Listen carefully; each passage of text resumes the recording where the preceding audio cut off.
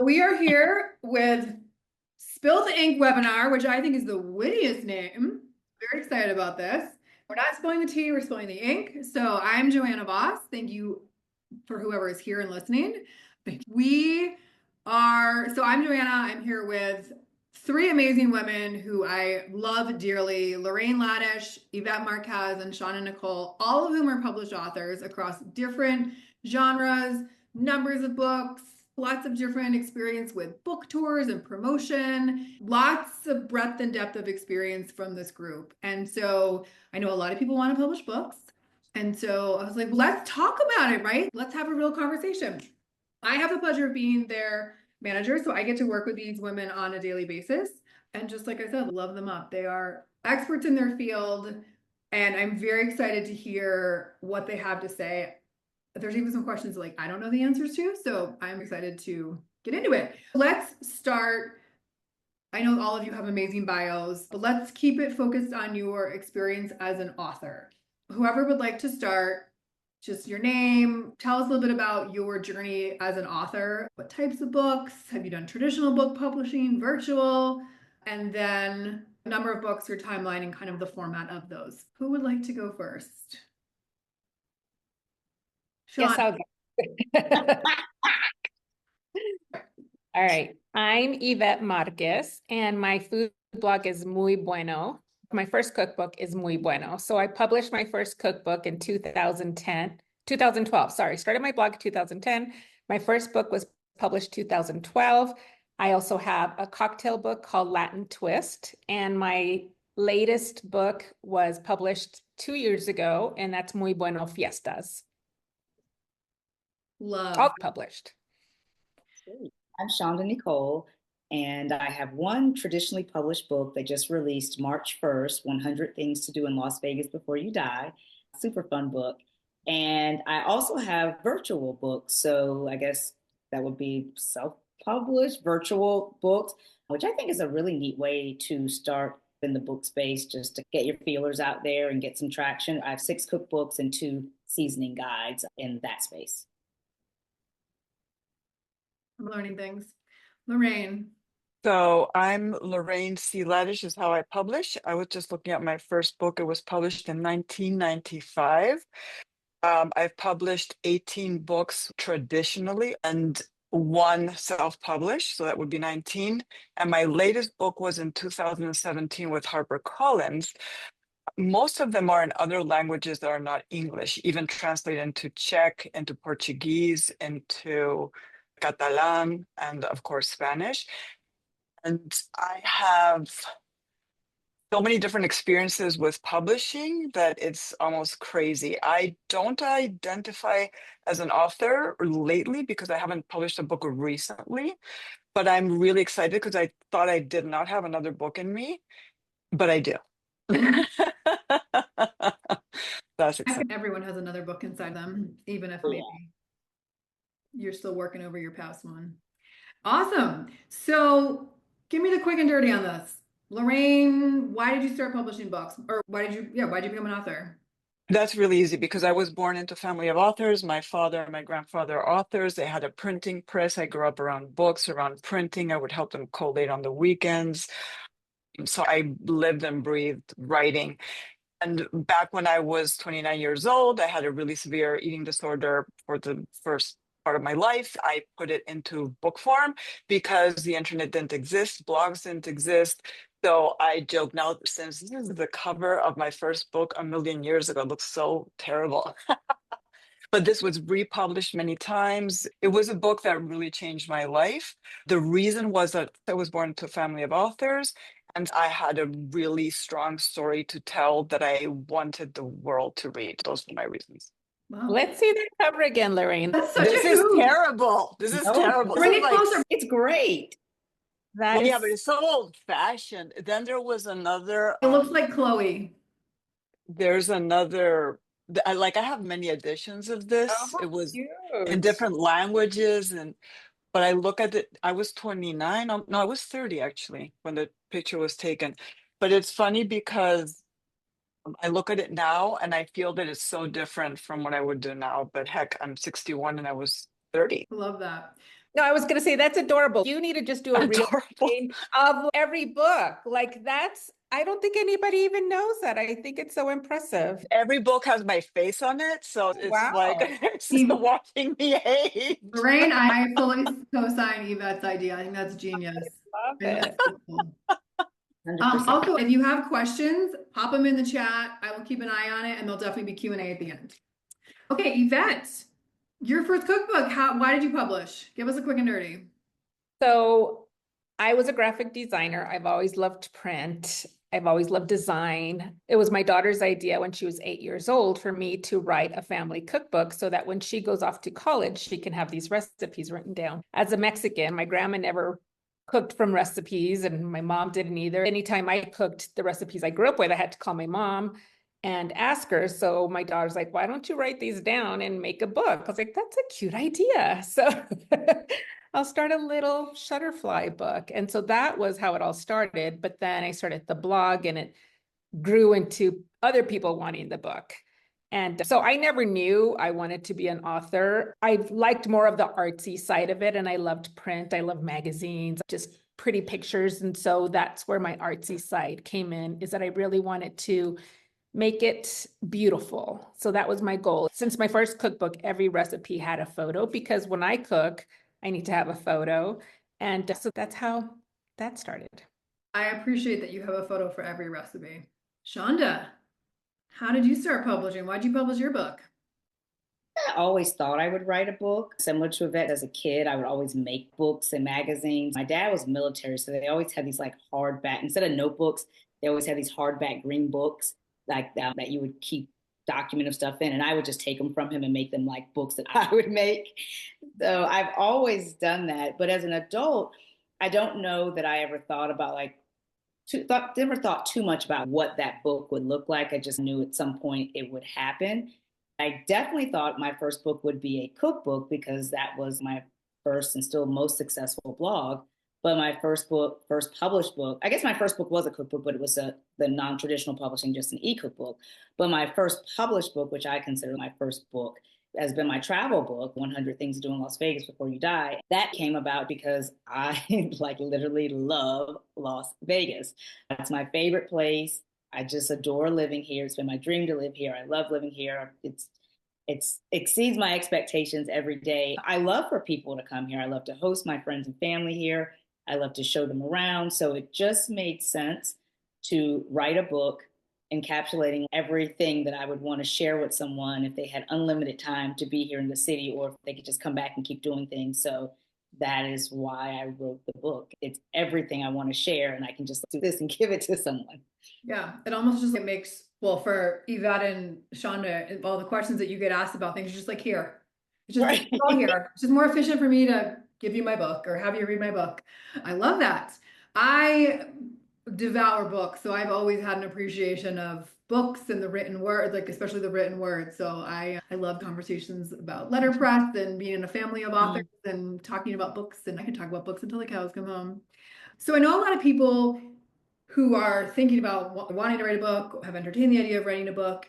There's a lot that goes into it. I feel like becoming an author is such a perfect example of 10 years to become an overnight success, because all the stuff that has to happen before the book actually gets birthed and is out in the world, nobody sees, right? It's like the grueling long hours, long days, photo shoots, the edits upon edits, all of those things. Tell us a little bit about what your process from, oh my gosh, I have this idea, to I have this book in my hand. There's a lot of different parts and steps in between. Who wants to speak about what their process was like?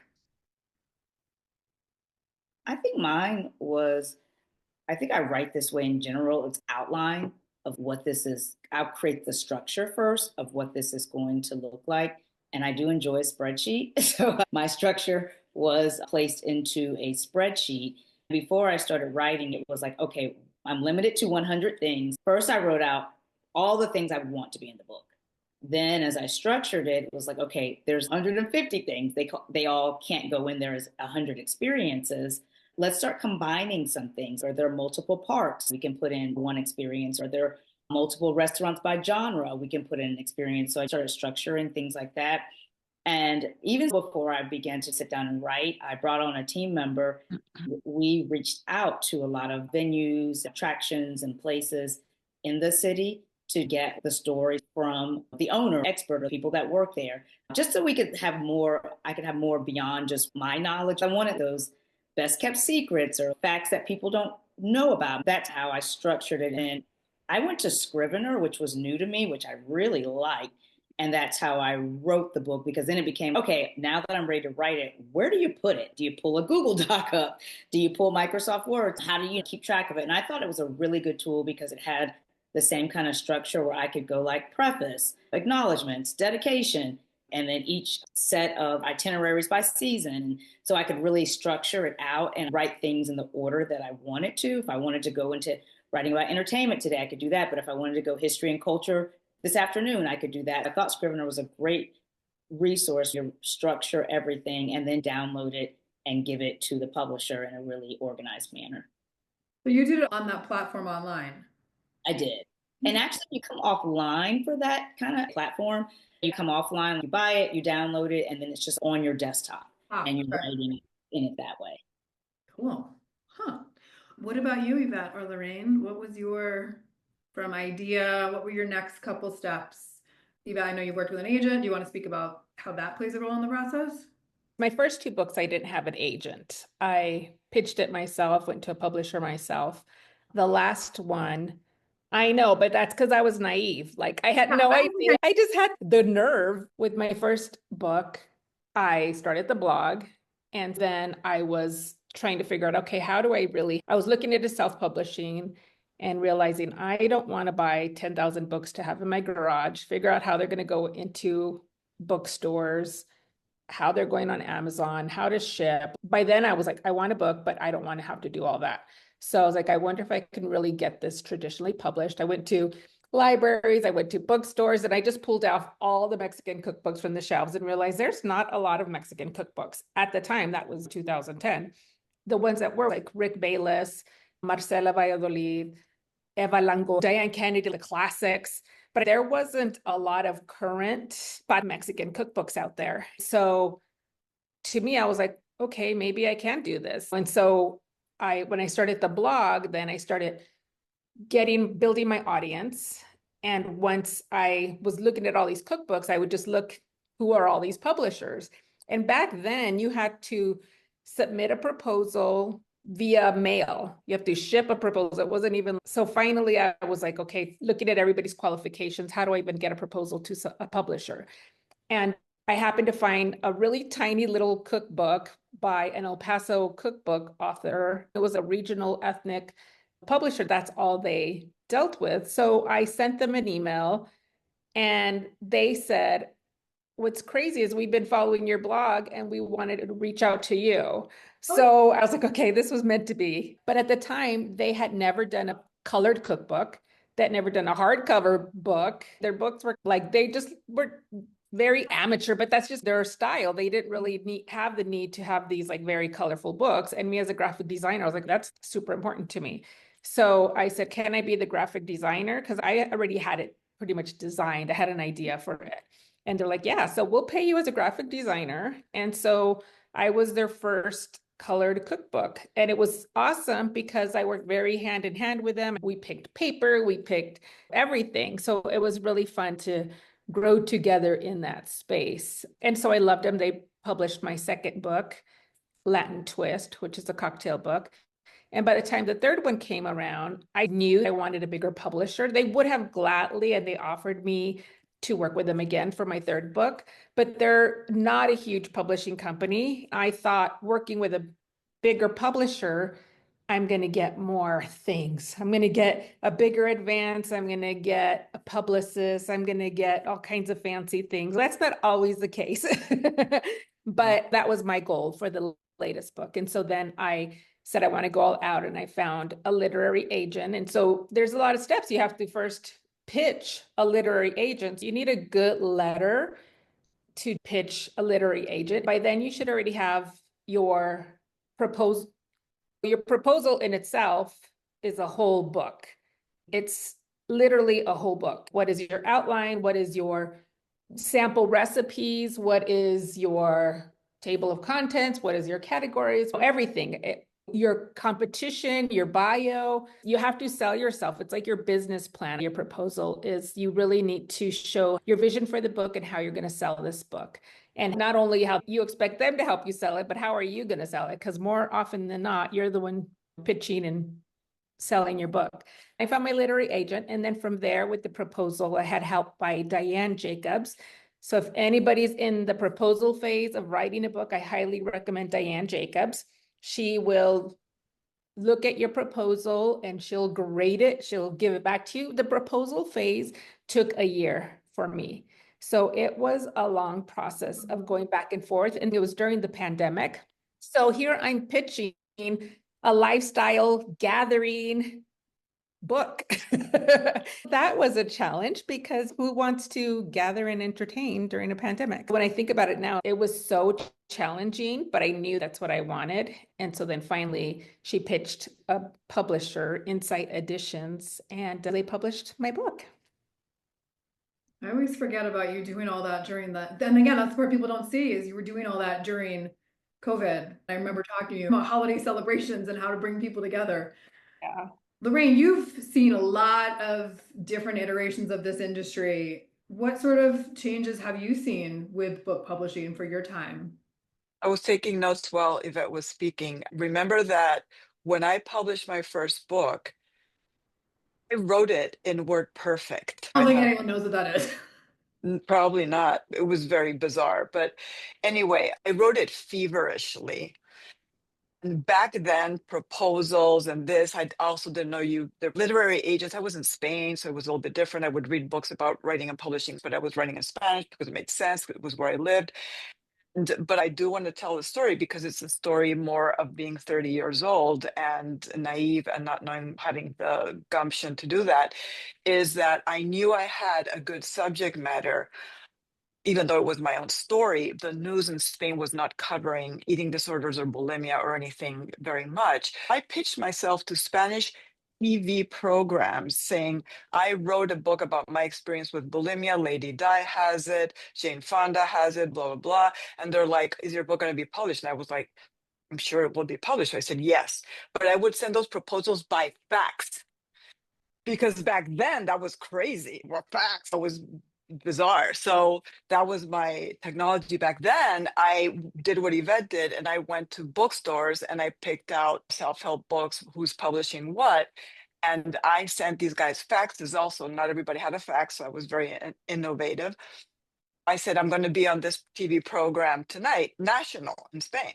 So then these guys of the publishing companies are like, we don't even know what bulimia is. I don't know. We'll see, whatever. Oh, shoot, she's on national TV. And they kept on happening and newspapers. And I got so much coverage that my ego is covered for my whole life.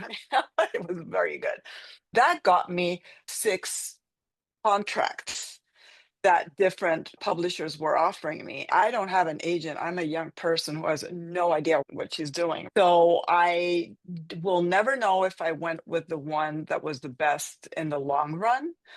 I picked one and pissed off a few others that would never talk to me ever, even when, en fin, that's another telenovela, but it was very interesting. And I don't know that I would have it in me to be that rash now.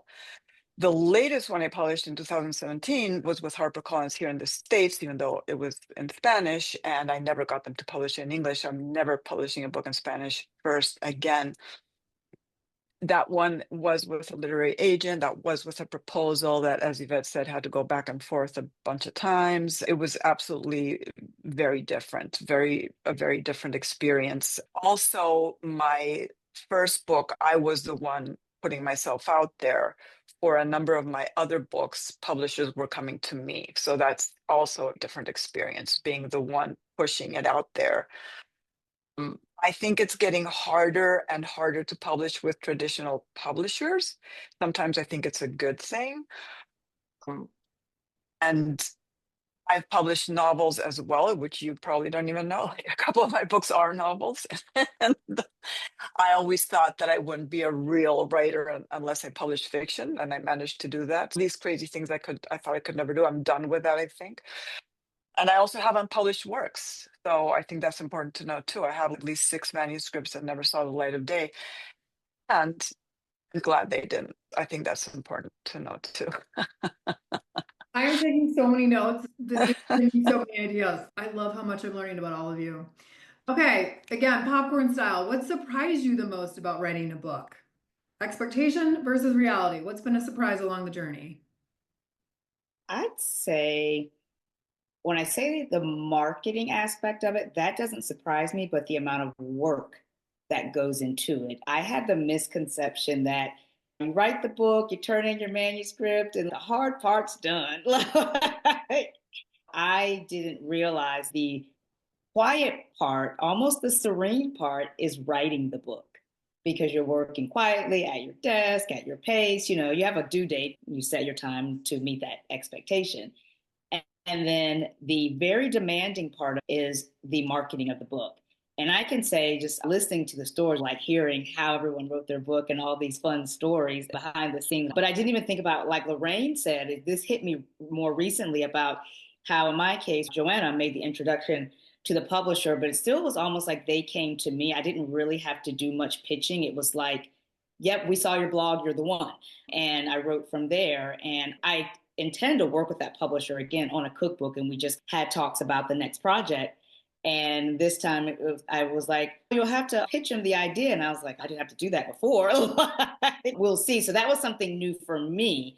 And then also working with a niche publisher, I'd always heard, especially from folks that had worked with really big publishers, where mine is I can't say they're small or big, they're just very niche. They specifically focus on travel books. And I think that was really to my advantage. So I went in thinking that they were really going to do nothing.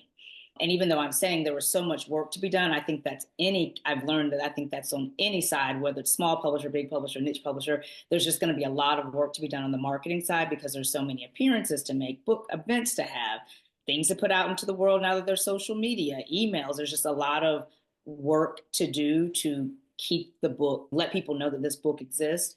But I thought that my publisher was super helpful. They gave me a book to go through of tips and things to know beforehand. I hired my own publicist, which I had done before for my food blogs. I hired her back on for my book, but they also provided me a personal publicist who secured a lot of media. So there were things that exceeded my expectations that I didn't anticipate. Even now that the publicist has signed off, they've still taken back on the role of, okay, let's get more events. And they're doing it where I just hand them things like, here's a list of some things I found, and they're running with it. We had another TV offer this week. So they have really exceeded my expectations, and I would love to do another book with them. But the amount of work that goes into it, I've been really tired from book tour. I've been very tired. It's nice to take a moment and just breathe. I'm definitely still going to be doing more media and things, but having it slow down after launch has been a good thing also. So yeah, the amount of work that goes into post publication is a lot, even more than actually writing the book, which the giving birth part, that's the lot. And then like you're raising the child now, that is what takes a lot. It's like the fourth trimester no one speaks of, right? Yes. Or the fifth and sixth. Anyone else want to speak about surprises they had on their publishing journey? A lot of the no's that I got after I wrote my proposal that I thought was amazing. Then I got my literary agent and she loved it and then pitched it to publishers. You literally get the emails of Random House said no because this is too complicated. Nobody celebrates Mexican holidays. Or can you make it like quick Mexican food? It was really hard just to keep hearing no's from all these huge publishers that I thought, okay, I've built my online presence enough that I think I could get one of these publishers, but it's still beyond that. You can have these amazing stats and followers, but you still have to have this perfect book. And there was many times that I was ready to give up. This is too hard and people aren't ready for this. And I didn't want to sacrifice my vision for the book that I really had in my mind. It was my dream to write this book. Finally, a publisher said yes.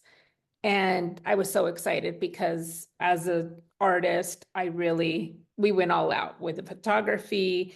We made it very lifestyle looking. We would get florals and beautiful Airbnbs to do these beautiful lifestyle shots with my mom and my daughter. So it was very personal and just beautiful. And I'm so happy that I didn't give up during that process. It paid off. Your book is beautiful, and the art, not just the recipes, literally just looking at it is gorgeous. Like it could live on its own as a piece of art. Yeah, I love hearing that. People are like, oh yeah, it's just in my kitchen. It's just a decoration. I love knowing that. Yeah, brings me joy just to look at it. What do you wish, piggybacking off of that, some things that were a surprise, what do you wish someone had told you at the start of your journey? And what would you tell someone who is interested in starting this journey? Like, what's one piece of advice you wish you had heard and you would now give? I would say do it because you really want to.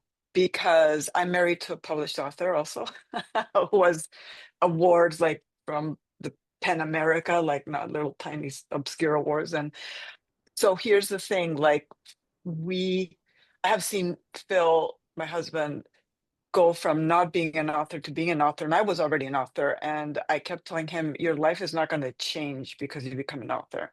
It's really difficult to be a New York Times bestseller. If you write a book with the wish of becoming a New York Times bestseller, you might be very discouraged with the first no's. I remember I have a friend who published her own book because she got like a couple of rejections. Like we can wallpaper the whole house with rejections from Phil and me together. Even after publishing books, I've gotten more rejections than he does all the time.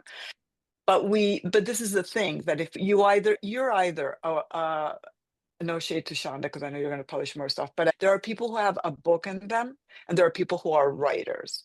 So if you understand why you're doing it, it's like people who, how would I explain this? Who you're on social media because you like to post cute things or whatever, but you're not committed to making a business out of it. It's the same with writing. For me, my identity is a writer. It's not a one book that I wrote for one reason. And a lot of people do it, and it's really good for their speaking engagements or for whatever. For me, it's more a way of life. The reason why I haven't published in a few years is because, and I know it sounds like I'm going on a tangent, but hear me out, is that I look at a lot of my books and they would have to be updated because the book is in print. And if there's any kind of links in there, you're going to have to change that. When I write something online, I can update this.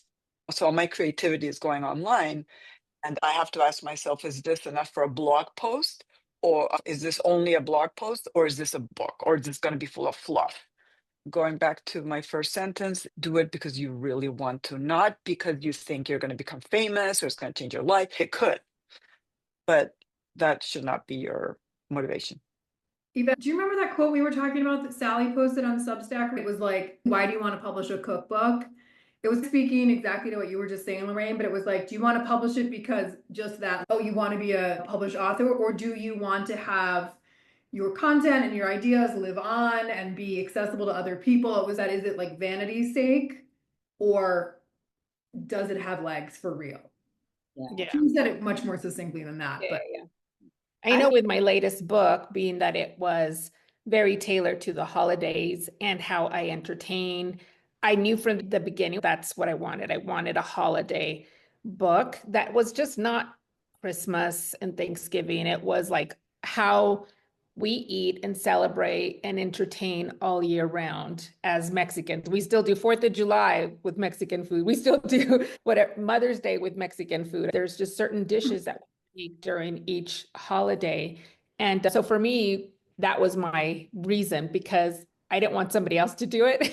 I wanted to be the Mexican cookbook author who writes a cookbook of how I genuinely entertain and celebrate throughout the year before somebody else does it. That was my biggest why.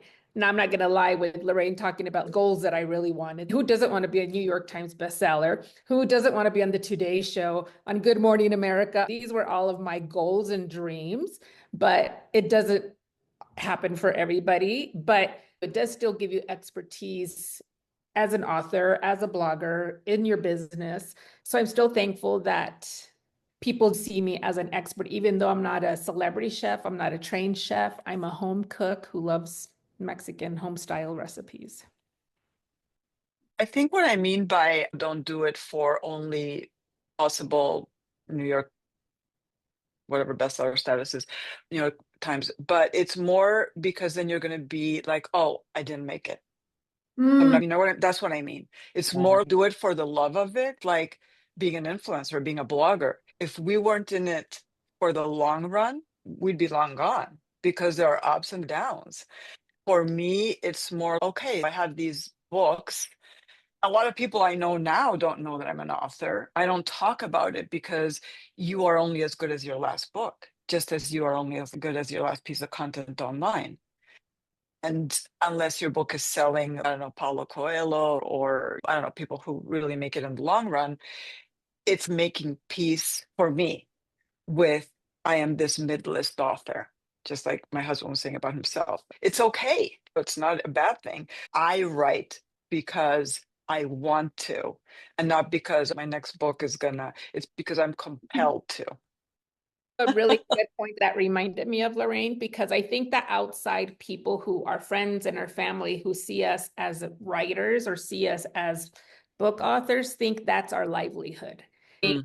That's where we're making our money. And if we're not constantly showing up with our books, going to book tours and book signings, they don't realize that we all have our own business online, and that's where we make our money. So a book is great, but it's not going to pay the bills for me. I mean, anything. It was like enough to make your book and to give you a little extra, but it's not going to, yes, sure, some people get $1 million advances, but the average person will not. So I'd have to say, definitely don't make a book because you think you're going to make money from it, because that's far from it. And then it's just funny because still to this day, when somebody asks like, how's your book selling? It's like, I have to ask me. Yeah, I know. That's probably the number one misconception about becoming a published author is that now you're rich or that it's this like, is done. done, you're going to take off from here. And I did not have that misconception going in, but I think it's a great point that people should know that in their why about writing a book, that is just not how the way that works. Even celebrity authors write books to still increase their platforms. And that's the way I did it. I was on a podcast recently. I say it all the time that this was my love letter to the city that I have adored for the last couple of decades. But also, when the host of the show pointed out that it's legacy, that you're writing this for legacy, just like the cookbook, just like Lorraine, your story. For me, my love for the city, you hand this off, like your daughter mentioned to you, why don't you put these into a collection so that I can take them when I go to college? You're creating a legacy that you're handing off to future generations. And for most things that I do, that's my reason or my why for doing most everything that I do is just the next generations ahead of me, whether they belong to me or they're your generations. I want to leave something that's better for them or a way forward. Writing that book is still a way forward for the next generation. I think something that was really eye-opening for me was whatever your advance looks like, whatever your financial agreement looks like with your publishing company, you're giving 20% to your agent. That's gone out the door. Any other money that may be part of your team that's helping you produce events or do PR. Shonda talked about getting a publicist as part of her agreement with her publishing company. I know as part of Yvette's deal, she had some publicity, but she also hired an outside person just to help hustle up more for the 3-month term. So Yvette paid out of pocket for that. You've got events, you're sending out merch, you're sending out your book to people to get thanking them for the blurbs and just getting it out there in the hands of people. Like those publicists and PR people are taking it out of your book inventory that you are covering to give it more legs and more attraction. It's not just, oh, we got the advance and it just sits over here and watch this money tree grow. Most everyone I've ever talked to pours it, has to, or by choice, it goes right back into, okay, we made the book. Now we get to sell the book, which are two very different things. And I know there was an episode with Gabi from What's Gabi Cooking that Yvette clued me in on the Food Blogger Pro podcast. I want to say she got a six-figure advance for one of her cookbooks, and she talked about how every single penny went back into her, all those things I just said, basically the publicity to now sell the book once she's gotten the book. So just to continue to dispel, you are going to ride this off into the sunset and never work again. Probably not the case. Yeah. The advance is not like they give it all at once. It's usually when you sign, when you turn in the manuscript, when it gets published. So they're dishing out these bits of money, so it doesn't seem so great. That's true. Uh, I think it's a $50,000 advance. It's usually There's very stuff to write. slow. Yeah. Yeah. You don't get it all at once at the beginning. Totally. You take out taxes, you take out overhead. But yeah, even when we do influencer marketing, like it's half now, Yeah. half later, it's the same thing. So just a friendly reminder, if people have any questions, feel free to pop them in the chat. I will keep going because I have a laundry list of questions, but if anyone has anything specific, feel free to pop it in there. Pivoting a little bit, what's the weirdest bit of feedback you've ever gotten from a reader or like a review or something? For me, I'll tell you, it wasn't feedback, but it was this guy who told me, he was a doctor, that he was photocopying my book for all his patients. Oh, Are you kidding me? You're not buying the book and giving it to them, or you're not telling them to buy it? I was floored. I was like, really? And he thought he was being flattering. That was bizarre. that's bizarre. Okay, weird. Shonda or Yvette? I know that's gotten weird feedback. I can't recall. Usually, and Yvette probably has some stories. Food. I don't have a food cookbook yet, so I don't have that. In the travel space, in the last couple of days, I saw that someone wrote a whole blog post about my book. Google yourself. That's how I see what else is out there about me. Someone took the time, a journalist, and wrote a whole article about the book. She lives in Las Vegas. And I was holding my breath as I'm reading it, waiting for her to say something I didn't like, but it was wonderful. She was very fair. She acknowledged that the book had a lot of things she wasn't familiar with and that many locals could learn from. And she's pointed some out specifically. Even the pinky ring, Bruno Mars's pinky ring, she pointed out, saying that maybe the younger generation knows about that, but it was really good. Nothing weird was in it, which I'm thankful for, but it was a really nice review about the book. I think there's some people that are stalkerish that you don't realize that know everything and anything about you. That's flattering, but creepy at the same time. Like, how's Maya and Blake? I share my kids and I talk, and how's your mom? They know you, and it's crazy. They're talking to you like you know them because they message you on Instagram. Remember, we were talking about this and this, and it's like, okay, yeah. So it's very sweet, but it's very awkward. But it's fun going on book tour because you realize like there's some very amazing, supportive people that will do so much. And I think for me, it's always a good reminder of we have thousands of followers, but there are some hardcore fans that will support you. And so I love that. But then there's always the weirdos too. But for the most part, it's been great. I have seen people cry at Yvette's book signings. Yeah, we did one in San Antonio, and it was so neat to see her be seen of people who've been exactly what you just said, who've been following her forever, to meet her in real life and to hug her and be like, she's a real person and she's here. That was really cool to witness for you. And I think it was cool for you to realize that, because you're like, oh my God, all I do is talk about this book. Like, isn't everyone sick of hearing about this book? And the answer is no, people are not sick about hearing about this book. And if you think about how much content gets out there and how much actually gets seen, the reality is most people don't see it. You feel like you're just being self-obsessed about this book, but it benefits your community and people love hearing about it and people love supporting as well. Okay, so we have a question. Thank you, Danielle. So I've heard that a social media following factors in. How much of a following do you need and on which platforms? How much weight is put on followers based on the genre of book that you are writing, cookbook or fiction? Would someone like to speak to this? Well, answer fiction. Sorry, because of my husband, his social media presence is almost zero. He's gotten really good contracts with big publishers in fiction. So I'm going to say that it doesn't really matter. It's the quality of the book. Was it because of his proposal and the idea is what got They just liked the general idea, and he got a multi-book Yeah. contract during the pandemic. It was young adult and it did exactly what they were looking for, but they were not relying on him for the promotion. Got it. Yeah, I think that's super interesting. It all depends on the genre of book, but in the cookbook space, you have to have a following. I remember when I was looking for a literary agent, there was literary agents who would just look at my numbers and be like, nope, sorry, you don't have enough following for me to represent you. They didn't care what my book was about. It was all about that bottom line. I don't have over 100,000 followers on Instagram. I don't have million subscribers to YouTube. I don't have, but I think there's a balance. You definitely are going to need a following, and it all depends what your book is going to be about and how much they're going to rely on you promoting it with your audience. I've experienced it's both.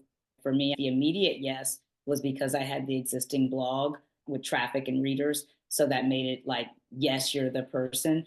But I feel like they also have just created, my publisher, such a robust system of marketing and I guess local marketing and getting the word out. They have their own marketing team that really seems to go in on your book or your project. So I think it's a both kind of thing. I think that, again, it was the immediate yes because of the following, but maybe if I didn't have it, they might have said yes anyway. But it was to my advantage that I didn't have to work so hard to convince them that I could write this book.